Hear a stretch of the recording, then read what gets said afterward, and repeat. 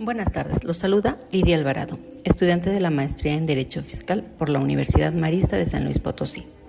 Para terminar nuestro curso de Teoría de las Contribuciones, elegí mi tema debido a la poca o casi nula información al respecto y sobre todo porque creo que en México estas han sido creadas para beneficiar a los grandes contribuyentes. Es por eso que mi tema lo titulé Amnistías fiscales, privilegio de unos cuantos. Comenzamos. En México, solo el 1% de los mexicanos son los más ricos y son los dueños de 40 de cada 100 pesos de la riqueza nacional. En el otro extremo tenemos al 50% de la población que vive en pobreza y solo tiene 3 pesos con 50 centavos de esos 100 pesos. Para corregir esto, el Estado debe recuperar recursos de quienes más tienen y luego usarlos en favor de las personas con menos ingresos. Nuestro sistema fiscal, sin embargo, es utilizado para dar más beneficios a las personas y empresas que más tienen. Pero comencemos por definir, ¿qué es una amnistía fiscal? Es la condonación generalizada de obligaciones tributarias y de fraude fiscal de ejercicios anteriores a cambio de un pequeño porcentaje del capital declarado. Para que las amnistías sean realmente efectivas, debe ocurrir de manera extraordinaria. Si se utilizan constantemente, los contribuyentes, sobre todo los más ricos, comienzan a evadir o retrasar el pago de impuestos porque saben que en cualquier momento se les perdonará de nuevo. En el año 2009, el SAT propone al Senado ejercer sus facultades discrecionales de ley y este decidió cancelar créditos fiscales del año 2007 por una suma aproximada de 74 mil millones de pesos y así determinar un criterio para tratar de forma diferenciada a deudores de créditos fiscales frente a cumplidores de créditos fiscales. Es decir, decidió que por ciertas causas y razones a unos les dejaría sus créditos vigentes y a otros no. Esta decisión del SAT se argumentó en un acta fundamentada en el Código Fiscal de la Federación. Esto se hace por un motivo. Las cuentas públicas necesitan dinero de forma urgente y se intenta convencer así a los que esquivaron al fisco. Normalmente en estas operaciones se da un margen de tiempo para que los malos contribuyentes cumplan con el fisco y amenaza con impulsar más medidas y planes más rigurosos contra el fraude fiscal. Pero ¿cuál es la realidad? Que en la práctica consiste en perdonar a los defraudadores, a los que no pagaron los impuestos correspondientes en el momento legalmente establecido, se les impone un gravamen especial, pero no se les sanciona ni multa, es decir, la infracción cometida no se castiga. ¿Y cómo pudiéramos llamar a esto? Pues sí, es la política de la zanahoria y la amenaza del palo. Te voy a perdonar, pero no lo vuelvas a hacer. ¿Pero qué nos quiere demostrar el Estado? Que una amnistía fiscal también significa una impotencia del Estado para controlar, vigilar y hacer cumplir la ley por parte de un grupo de ciudadanos, lo que también indica que los organismos de represión del fraude no funcionaron bien en ejercicios pasados. A la vez, es un reconocimiento de la existencia de una importante economía sumergida. De acuerdo con la Auditoría Superior de la Federación, gracias a las amnistías fiscales de 2007 y 2015, correspondientes a los primeros años de Felipe Calderón y Enrique Peña Nieto, a un grupo de 15 contribuyentes se les perdonó más de 46 mil millones de pesos. Para esto, veamos el siguiente video que publicó Proceso en el año 2018. SAT benefició en el sexenio de Enrique Peña Nieto a 8 magnates. Perdonó adeudos fiscales multimillonarios a algunas de las empresas más poderosas del país. 8 de los magnates que aparecen en la exclusiva lista de archimillonarios de la revista Forbes están vinculados a esas empresas favorecidas por el SAT.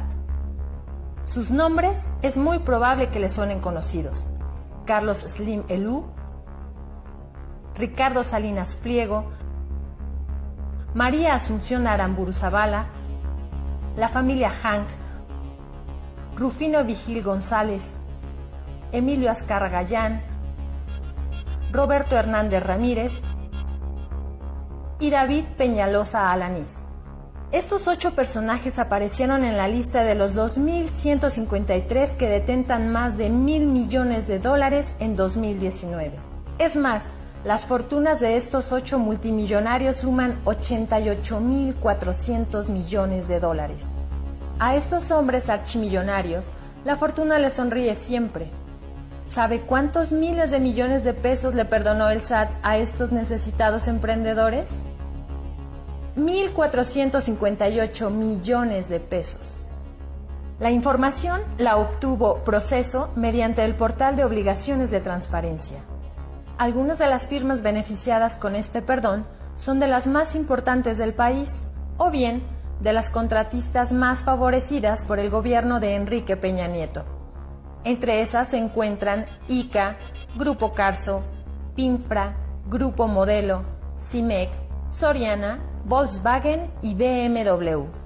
También fueron beneficiados bancos como Banorte Interacciones, Banamex, HSBC y Santander. Estos son los datos más visibles de un desfalco al erario mucho más amplio, añejo y opaco. No hace falta ni recordarles a quienes tenemos aquí. También fueron beneficiados, aunque poco se habla de ellos. La actriz Carmen Salinas confirma que el gobierno de Enrique Peña Nieto le perdonó 600,000 pesos en impuestos. Y cómo no conocer a Angélica Rivera, exesposa de Enrique Peña Nieto, que fue beneficiada con una condonación de 1,784,676 pesos del ejercicio fiscal 2007 por la tan famosa Casa Blanca. ¿Es entonces implanteable una amnistía? Por principio de cuentas, sí. Cosa distinta son situaciones tan excepcionales como la actual. En estos casos, y dependiendo de cómo se plantee, puede ser razonable valorar la posibilidad de una amnistía fiscal. La regularización voluntaria apropiada por el gobierno beneficia a la propia administración y al sistema financiero. A la propia administración porque obtendrá los recursos necesarios para reducir el déficit, y al sistema financiero porque en él se depositará gran parte de los capitales que se regularicen. Pero veamos cuáles serían las ventajas e inconvenientes. Las amnistías fiscales, aun cuando puedan resultar inmorales y disuasorias de las obligaciones fiscales, para aquellos que las cumplen, pueden tener efecto positivo y negativo a corto plazo. Entre las ventajas podemos destacar: primero, que afloran los activos que hasta entonces no estaban controlados por ningún organismo público y fiscal competente. 2. Pueden reducir el déficit público si se establece una tasa por la regularización, aliviando las cuentas públicas. Y por último, la recuperación de activos que hasta entonces estaban fuera del país, repatriando el dinero.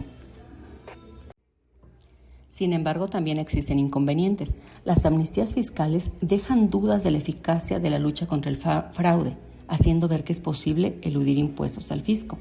También generan controversia con los sujetos que sí pagan sus impuestos, dando a entender que no es importante, ya que el resto no paga y salen más beneficiados.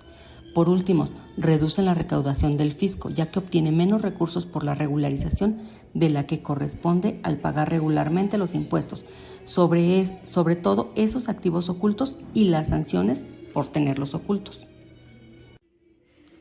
Hoy en día tenemos una amnistía vigente. A finales de 2018, Andrés Manuel López Obrador propone disminuir la tasa del IVA en la zona fronteriza norte del 16 al 8%, así como el ISR del 30 al 20%, como una medida para incentivar el consumo en la frontera y de esta manera mantener la competitividad con nuestro vecino Estados Unidos. En 2020 hacen la ampliación hasta 2024 y agregan también la zona fronteriza sur. ¿En qué consiste este estímulo? Bueno, la reducción del IVA al 50% y la condonación del ISR en una tercera parte. ¿A quiénes se les otorgará?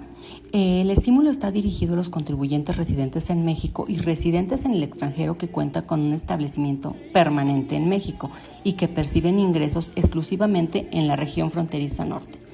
¿Cómo solicitar el estímulo? Aquellos contribuyentes que realizan actividades en la región fronteriza norte deberán presentar un aviso de aplicación del estímulo fiscal dentro de los 30 días naturales siguientes a la entrada en vigor del decreto. ¿Y cuáles son los requisitos? Para el estímulo fiscal del ISR se deberá acreditar la antigüedad de domicilio fiscal antes indicado, así como la dirección de la sucursal o establecimiento. Aunque desde un principio se analizó que esta medida le causaría al gobierno federal en términos recaudatorios hasta un 0.5% del Producto Interno Bruto, aún con el consumo estimado no sería suficiente para solventar la pérdida recaudatoria. ya que en 2013 la tasa del IVA en la frontera era del 11%, solo se recaudaba el 3.4% del Producto Interno Bruto, y en 2014, cuando se homologó al 16%, representó tan solo el 3.7% del Producto Interno Bruto. Pues bien, esta predicción fue cierta. La pérdida que en principio se preveía por 100,000 millones de pesos menos en impuestos por la amnistía fiscal en la frontera, según un nuevo estudio, la propuesta del presidente Andrés Manuel López Obrador de reducir el IVA y el ISR en la frontera norte del país implicó una pérdida recaudatoria de 104,000 millones de pesos tan solo en el primer año. Los estímulos fiscales de la frontera norte costaron más de lo planeado y aún no se ha logrado, como se esperaba, beneficiar a los más pobres. Entonces, para concluir, me pregunto y les pregunto a ustedes, compañeros, ¿el fin de la amnistía fiscal en México sería una ventaja para el fisco? En mi opinión, sí sería aceptable una amnistía que se articulara, por ejemplo, mediante una fórmula utilizada en otros países, la suscripción de deuda pública especial con vencimiento a largo plazo y a tipo de interés cero o muy bajo. Suscripción, eso sí, con la finalidad de que la administración obtenga los recursos necesarios para reducir el déficit e inyectar liquidez a nuestra economía, en concreto a pymes y a particulares que han cumplido con sus obligaciones. Pero mientras en México no se erradique la corrupción desde los más altos niveles gubernamentales, seguiré pensando que las amnistías solo benefician a unos cuantos. Buenas tardes, los saluda Lidia Alvarado, estudiante de la maestría en Derecho Fiscal por la Universidad Marista de San Luis Potosí. Para terminar nuestro curso de Teoría de las Contribuciones, elegí mi tema debido a la poca o casi nula información al respecto y sobre todo porque creo que en México estas han sido creadas para beneficiar a los grandes contribuyentes. Es por eso que mi tema lo titulé Amnistías fiscales, privilegio de unos cuantos. Comenzamos. En México, solo el 1% de los mexicanos son los más ricos y son los dueños de 40 de cada 100 pesos de la riqueza nacional. En el otro extremo tenemos al 50% de la población que vive en pobreza y solo tiene 3 pesos con 50 centavos de esos 100 pesos. Para corregir esto, el Estado debe recuperar recursos de quienes más tienen y luego usarlos en favor de las personas con menos ingresos. Nuestro sistema fiscal, sin embargo, es utilizado para dar más beneficios a las personas y empresas que más tienen. Pero comencemos por definir, ¿qué es una amnistía fiscal? Es la condonación generalizada de obligaciones tributarias y de fraude fiscal de ejercicios anteriores a cambio de un pequeño porcentaje del capital declarado. Para que las amnistías sean realmente efectivas, debe ocurrir de manera